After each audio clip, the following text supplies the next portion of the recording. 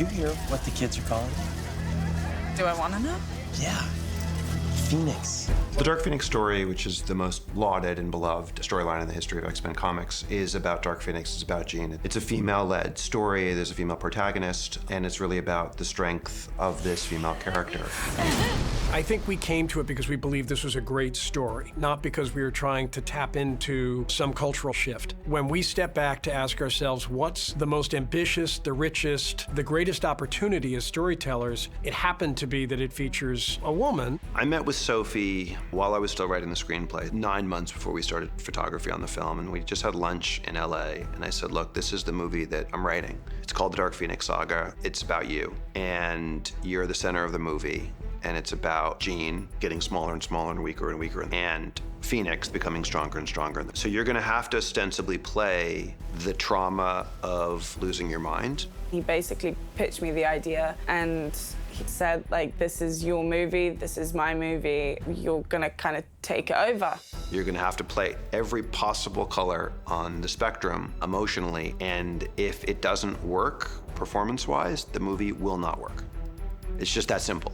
And so she said, let's do it. There was a lot of pressure, and me having just done one movie where I wasn't a very big part in the last X-Men was really daunting. She understood immediately it was going to be a very different task for her, both because of the scale of the role, you know, the sheer importance of her character to the narrative, but more importantly because the ambition for it was to be more real and more grounded and more emotionally authentic. Are these photos none of me? There is not a scene in this movie that is not about Sophie. You never looked for me. Sophie and I have been having a conversation about this movie, I would say longer than anybody else on this film, certainly than any other actor. She has been my partner in making this movie. Okay, I've steeled myself. You've steeled yourself. Okay. Okay, cool. Working together through it was just amazing because we were discovering things together as well, and Simon and I probably talked for hours and hours and hours about every single scene, backgrounds of the characters, what had happened in the last 10 years. And he was very open to my input. It feels like a real creation between the two of us. You're like, stop, stop. Yeah. Sophie's the driving force of this movie. I think where she starts in the film is so endearing and innocent, mature, and put together. And then by the end of the film, her arc is basically, she's lost complete control.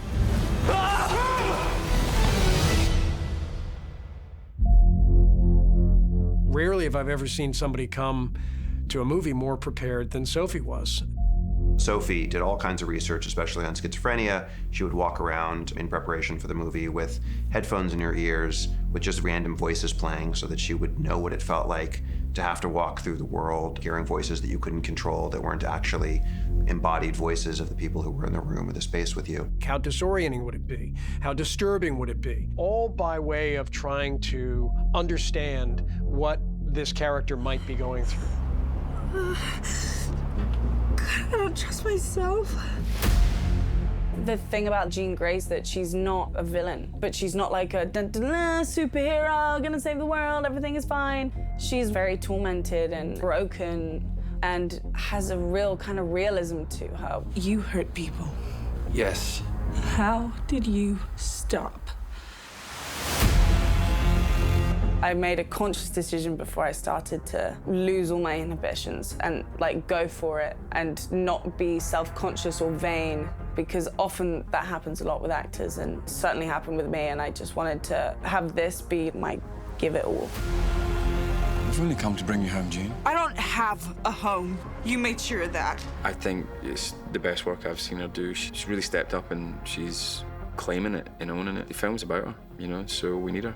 But frankly, this movie doesn't work if Sophie doesn't bring it. We can all do our best or really suck, but it won't really matter unless Sophie brings it, and she's been killing it. It's been really, really, really intense, which I really wasn't expecting. Every single scene is an opportunity for me to stretch myself in ways that I haven't.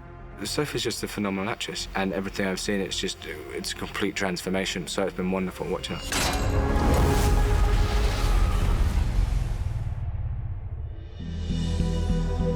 I've been thinking, maybe it's time for us to move on. This was primarily the story of Jean, and then secondarily the story of the people around her and how her de-evolution and struggle would impact all of their lives. Are you okay with this? I forget sometimes you can read minds. I didn't need to read your mind. It's written all over your face. From the beginning of conceiving this particular version of the Dark Phoenix story and knowing that Jennifer was going to be a part of it because she had been the one encouraging me to direct it, and also because she's just been a critical part of this franchise for the last 3 films, I felt a few things. One, I wasn't sure where else to go with her character. And we changed the world so we could live in it. Yeah, but maybe that's what we should go do.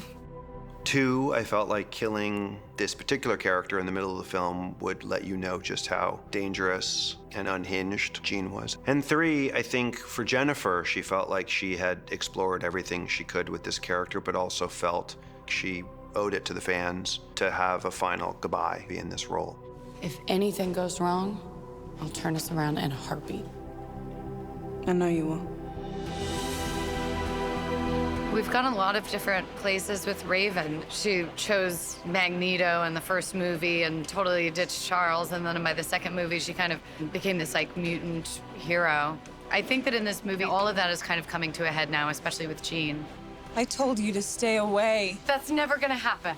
It was important to me that we do something with Jennifer in this film that felt fresh and different than what we've done in the past. And I felt like one of the things I really wanted for Jean Phoenix in this movie was to do something in the middle of the film that would shock the audience and tell the audience that, as opposed to normal superhero movies, franchise movies, where the same characters come back 6, 7, 8 movies in a row, that nobody was safe and that we could kill arguably the biggest movie star in the world. And that would be in some ways the sort of emotional bomb that would be dropped in the middle of the film, and it would start to really break the X-Men apart. I like when movies feel dangerous. You don't feel like you know the outcome. It felt like if we were going to do something more real and more emotional and more grounded, that we had to be willing to have consequences. It's kind of crazy because Raven is one of the most beloved characters in the franchise. And for Jean, it's really emotional because Raven has been her mentor, her big sister. Raven knows what it's like to be tempted to the darkness. It's a really big moment, and it's a moment for the audience where the audience starts to ask the questions that Hank is asking and that other people are asking about Jean's character, which is if she can kill a beloved actress/character, do we give up on her or do we keep trying to save her soul? I've got the shot. No, you're not. I'm sorry, Hank. I want Raven to have a chance. It became very clear as we started to map out the story that it felt like it needed to be Mystique, that the mother figure felt like the one you wanted to see sacrificed, and it would be the most heart-wrenching to see lost. 3, 2, 1, go.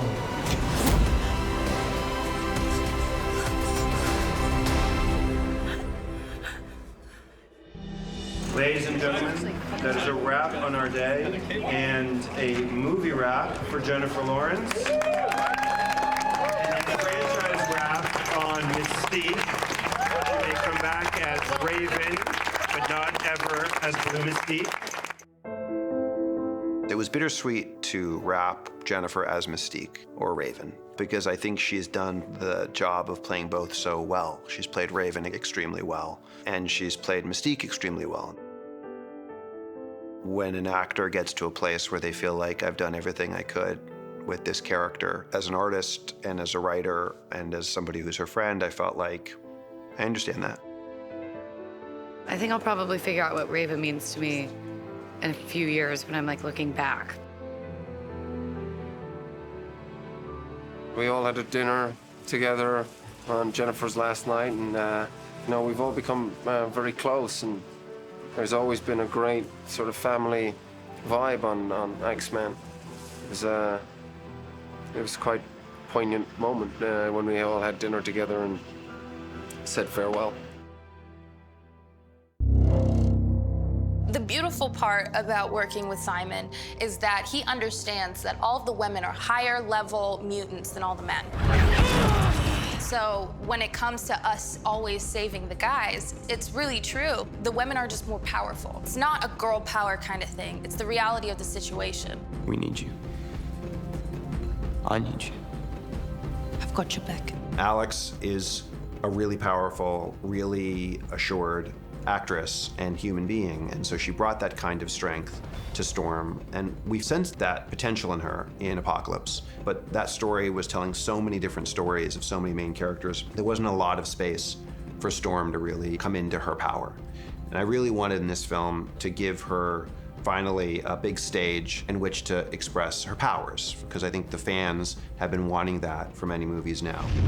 She's a superb actress and an incredible character in the X-Men world. And in this final fight, getting to see her really rise to the occasion in ways that I haven't seen her before was really great. For Storm, it's her trying to save her sister. That's her best friend. Trying to be there for your friend who also is hurting people. It's a weird place to be at, but at the same time, there's a division because she wants to protect people. And Storm really is a very loyal caretaker type of person. She seem okay to you? For someone who's just been hit with solar flares, I'd say she's doing pretty good. Thanks. The way that I came at this was dealing with someone who has addiction and knowing that, like addiction, it's a disease and they can't control it. And kind of coming to terms with being there for them, but knowing that they're so destructive and self-destructive as well. Sometimes you want to believe people are something that they are not. And then by the time you realize who they are, it's too late. Hello, Jean. Who are you? The better question is, who are you? Jessica plays a character who has been tracking and following this force through the galaxy. Vuk comes into the story first, almost in a mysterious way. When we first started talking about Jessica for the movie, honestly, I thought it was a pipe dream.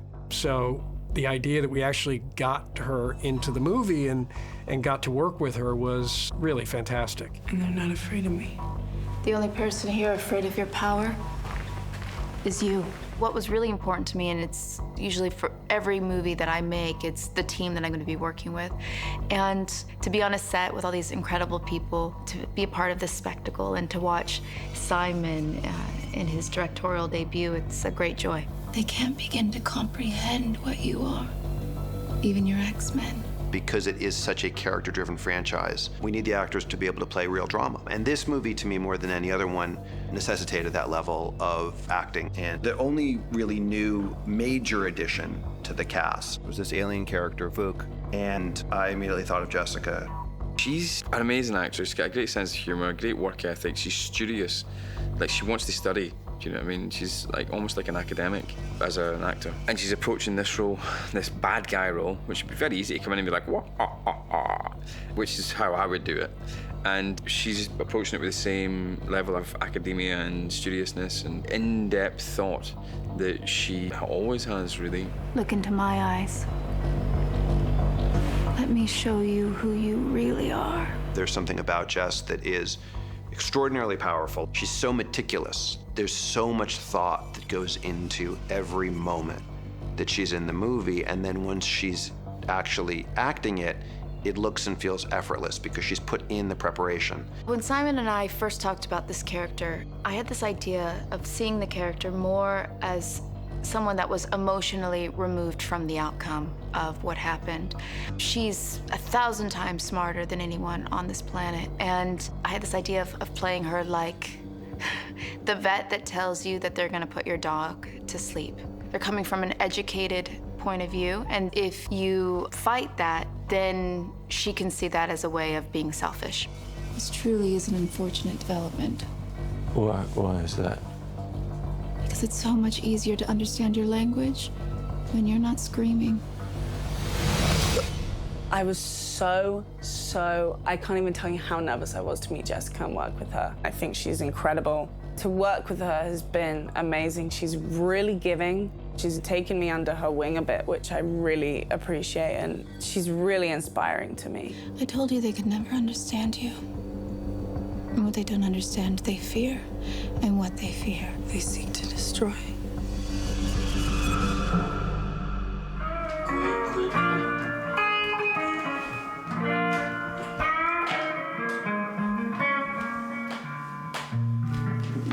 My neighbor? Oh my God, if my neighbor ever sees this, it's gonna be bad news. I don't think he knows I have this up here. It's like 8 a.m. right now, if you can hear this, is not good. It's a joy when you can just go to work with people you enjoy to work with and are really good people. For people that know the Dark Phoenix story, they know that the relationship between Scott and Jean is very central to that story. And so there's an emotional complexity that's necessary for that character. It's a kind of complexity that I don't know that we've really explored for Scott in these films before. I can't stop it. Okay, I could hurt you again. I'll take that chance. What we wanted to try to accomplish was just infinite love for someone and the repercussions of that when someone doesn't love you back or someone changes and someone becomes someone who they're not. Just come back to me. Remember, you said you'd always come back to me. He approached it the way I was asking all of the actors to approach it. He approached it from the most emotionally true and dramatic standpoint, and he's just really powerful in the film. Jean lost control. She's still our friend. Ty is one of the best actors I really have ever worked with. He's so giving, and he grew up kind of doing independent movies, and so he has this way about him that is very real and very intimate, and he makes me feel very comfortable doing all of those very intense scenes. Let's go.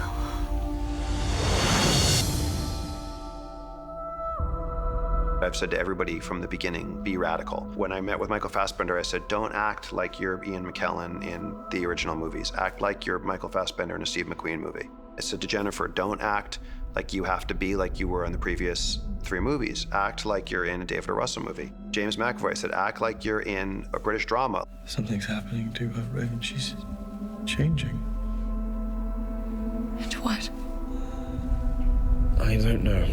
We expose some of his flaws in this film. Charles's MO is not to give up on people, and that's part of his own ego as well. One of the main flaws we highlight in this film is his own ego. Charles and his X-Men are where we turn when facing our worst fears. A guy who is enjoying the acclaim, the magazine covers, essentially the celebrity of being Professor Xavier, leader and hero of the X-Men. And James really performed it that way as well, with this hubris. Some of you choose to call us superheroes, but it is a damn sight better than what you used to call us.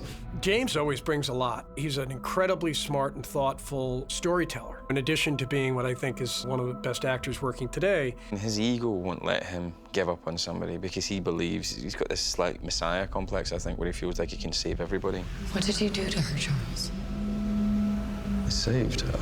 And looking at the nature of the relationship his character has to Jean Grey, that we found ourselves wanting to lean more deeply into his responsibility and explore the idea that maybe Charles was wrong. Maybe he is more responsible than he thought for what has happened to his family. You are not broken.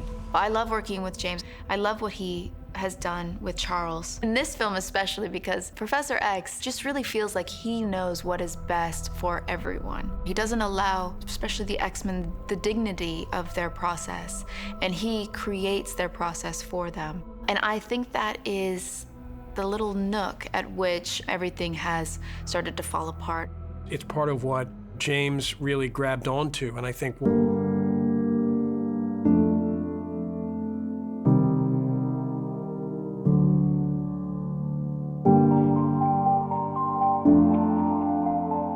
Truth.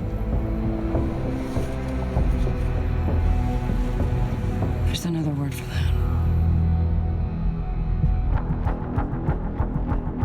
It's a pretty sort of bleak place where Charles ends up. A lot of his loyal allies have sort of left his side and are sort of coming over to Eric's side. Save the old friendship, Charles, and stay out of my way. Michael, I think, actually brought down his performance, which made it stronger to me, not weaker. Michael brought the intensity and the realism and naturalism that he brings to almost all of his other movies naturally. Just that's who he is as an actor. That's his style as an actor. I've lived with vengeance my whole life. So I killed whatever I thought would make pain go away. It didn't. So I stopped. Michael really appreciated the opportunity to show a different face to Eric and what his philosophy would lead to in the overall scheme of the world of the X-Men.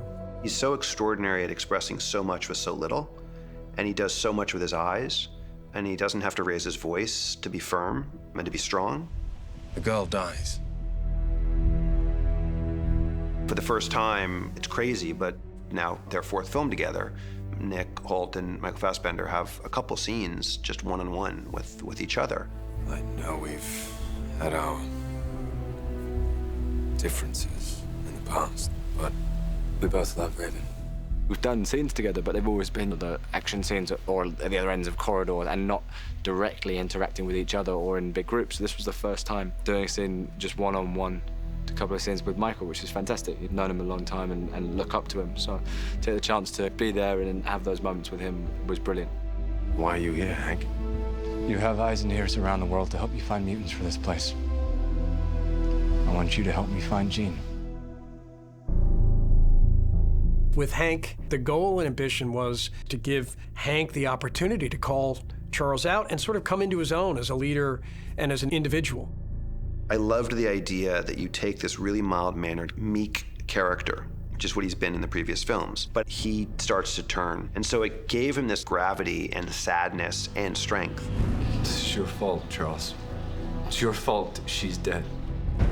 Hank feels betrayed by Charles because Charles can't accept what he's done and the responsibility that he's made a huge mistake. You need to face this, Charles. You need to face it. Come on, admit it to me right now. Come on. Admit it. Charles, just admit you were wrong, please. So, I know it doesn't look like it, but this is actually the exterior of your ex mansion. We've seen it depicted in many movies, but I'm sure most of the time it would have looked similar to this. There we go. These are our guys. For Nightcrawler and Quicksilver, they are within the momentum of just doing well within their job and serving for the world and still growing within themselves. I don't believe they truly chose a side themselves. So we're going to space? Yes, Kurt, we are going into space. We're doing space missions now. Cool. The X-Men are called upon to save the astronauts of the Endeavor. Quicksilver's getting a kick out of all the fame of being an X-Men for sure. Quicksilver, played again by Evan Peters, has really come into his own in a more evolved, mature way, but he is still Quicksilver. Be right back. Nightcrawler bamps me and him into the Endeavor to help save the astronauts as quickly as possible. How does that go? It doesn't work out. I end up forgetting one again. Where's my brother? Pretty sure I got everybody. I don't know what the deal is. I guess I'm going too fast. Need to slow down a little bit, take my time. Nightcrawler feels scared and nervous going into battle just like anyone would, but at the same time, he is the first one ready to bamf. Get me in that house now! I love seeing Nightcrawler's actions in the scenes where they go out and he's in his suit and he's not just being the soft kind of funny comedic relief. There's a very serious sense to him. The way that we played Nightcrawler in Apocalypse was really as comic relief. For most of this movie, he is still that sweet, innocent character. And toward the end of the movie, he sort of has his first real interaction with death at the hands of someone evil. We could help you!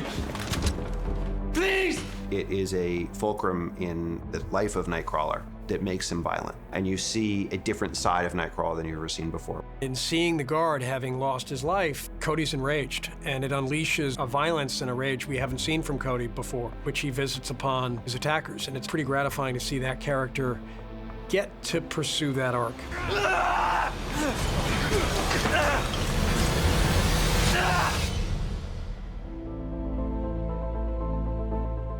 One of the fun things about making these X-Men movies is there's tons and tons and tons of characters that we've never explored in the X-Men movies that are really popular characters in the X-Men comics. And so in each of these movies, we've tried to feather some of those characters. And one of those characters was Dazzler, because she's a huge fan favorite. It was someone that I spent a lot of time trying to figure out how to cast. So here, I'm performing a song up on that mound. You can kind of see where those blue lights are. And I'm able to take the vibrations from the music and turn it into this beautiful light show. So it's pretty cool. Dazzler, as her name indicates as well, is a brighter presence in the film. It brings this sort of vitality and fun and youthfulness. It's just really the energy that Dazzler has. I have been working with a choreographer on the scene to try to get the vibe of Dazzler down. We I've been talking to Simon a lot about how we want the light show to correspond with her movements and the rhythm of the music. And so we wanted to make it kind of something very unique and a little new and modern. And between the hair, the makeup, and the wardrobe, we're pretty true to the original comics. The one thing we did kind of change up a little bit is just the shape of the mask around my eyes. And we have amazing makeup artists who actually drew it specifically to my face. I do think she'll have real impact for the fans, and I think even for people who haven't read an X-Men comic or heard of the character, they'll think, oh, that's an interesting looking character. All right, that's it! We did it! I always loved the character of Celine, and I'd seen this actress, Coda, who I just thought was really special.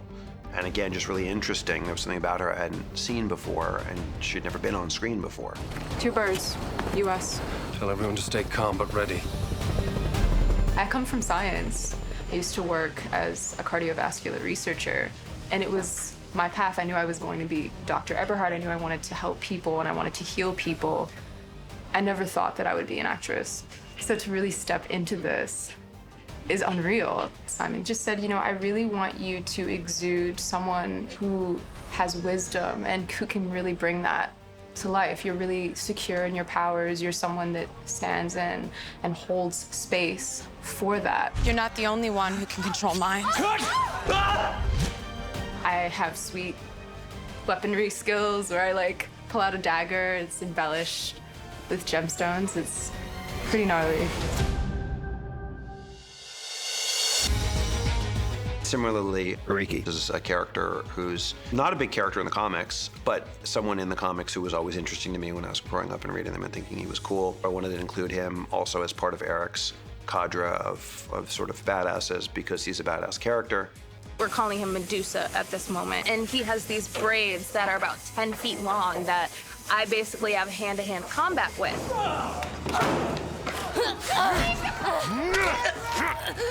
These bad boys here, they grow to about 10 feet. Red Lotus just uses hair to wrap around her wrist and just capture her and just throw her all around the place. So hopefully it'll look amazing, you know?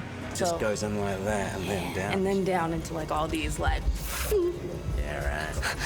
It's gonna be good. It's gonna be so cool.